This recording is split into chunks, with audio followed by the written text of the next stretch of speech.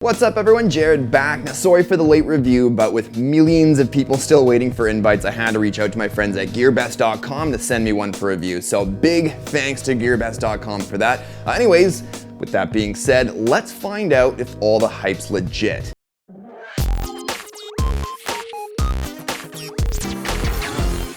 So the first thing I noticed when I took it out of the box was the textured back is considerably more textured than last year's OnePlus One, which I personally really like, and consequently never felt like it was even slightly slippery in the hand. And with that metal chassis having a nice dark color to it, it looks and feels super nice. And although it does have a more of a phablet footprint to it, the size has been managed really well, making it easier to navigate in the hand. And at the bottom is our USB-C port, which I'm a big fan of regardless of how ready for it the world is. But then we've got what looks to be two speakers when in actuality is just one, with the other simply housing the microphone. And the speaker actually sounds pretty good in my opinion. It certainly gets loud as hell, but can see some distortion at the higher levels. Now the mute switch on the left side is a pretty sweet addition and is pretty convenient if you want to kill the audio while it's in your pocket, but I would have rather seen them ditch the switch and instead include wireless charging if cost cutting was an influencing factor there. And then there's the capacitive and on-screen software navigation buttons. I really like that we have the option to choose, and when using the fingerprint reader, it works flawlessly almost every time. It's pretty fast and accurate, and also acts as a wake and unlock all-in-one button. I've just really enjoyed using it. And when it comes to the software, I was really concerned that I'd hate Oxygen OS because I'm not a big fan of many other Chinese OEM skins, but honestly,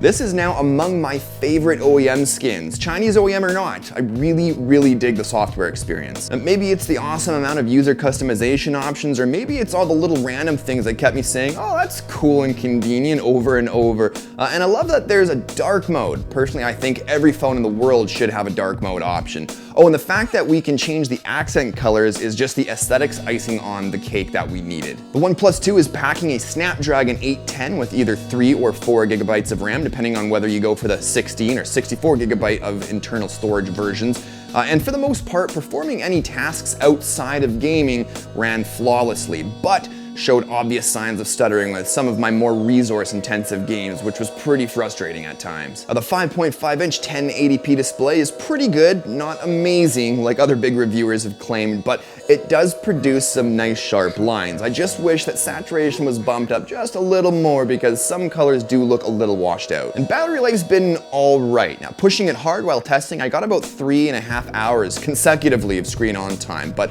again, that's with me pushing it hard, so average usage you're probably looking at even a little bit longer, but nothing crazy or too impressive. The camera isn't too bad. Yes, it has optical image stabilization, which seemed to help handle low light environments pretty well. But I feel like it tries to bump up the shadows a little too much in both low and well-lit scenes, resulting in what sometimes can be a flat image. So my personal recommendation is to turn on HDR mode and just leave it on. But other than that, the overall sharpness and clarity was pretty darn good. So is the hype legit? Sort of. With the lack of a QHD display, wireless charging, and NFC, I personally wouldn't consider it a flagship killer, but it's still a pretty damn nice phone that I'd recommend to pretty much anyone. Anyways, I'd love to hear what you guys think of the new OnePlus 2 and if you agree or disagree with parts of my review, so let me know in the comments below. And if you're tired of waiting for an invite, you can always click on the link in the description below and head over to GearBest.com to buy one right now as they are in stock. But that's it for this one. If you enjoyed the video, hit that like button, and if you want to see more videos from me in the future, don't forget to subscribe. But thanks as always for watching, and I'll talk to you all in the next one. Cheers.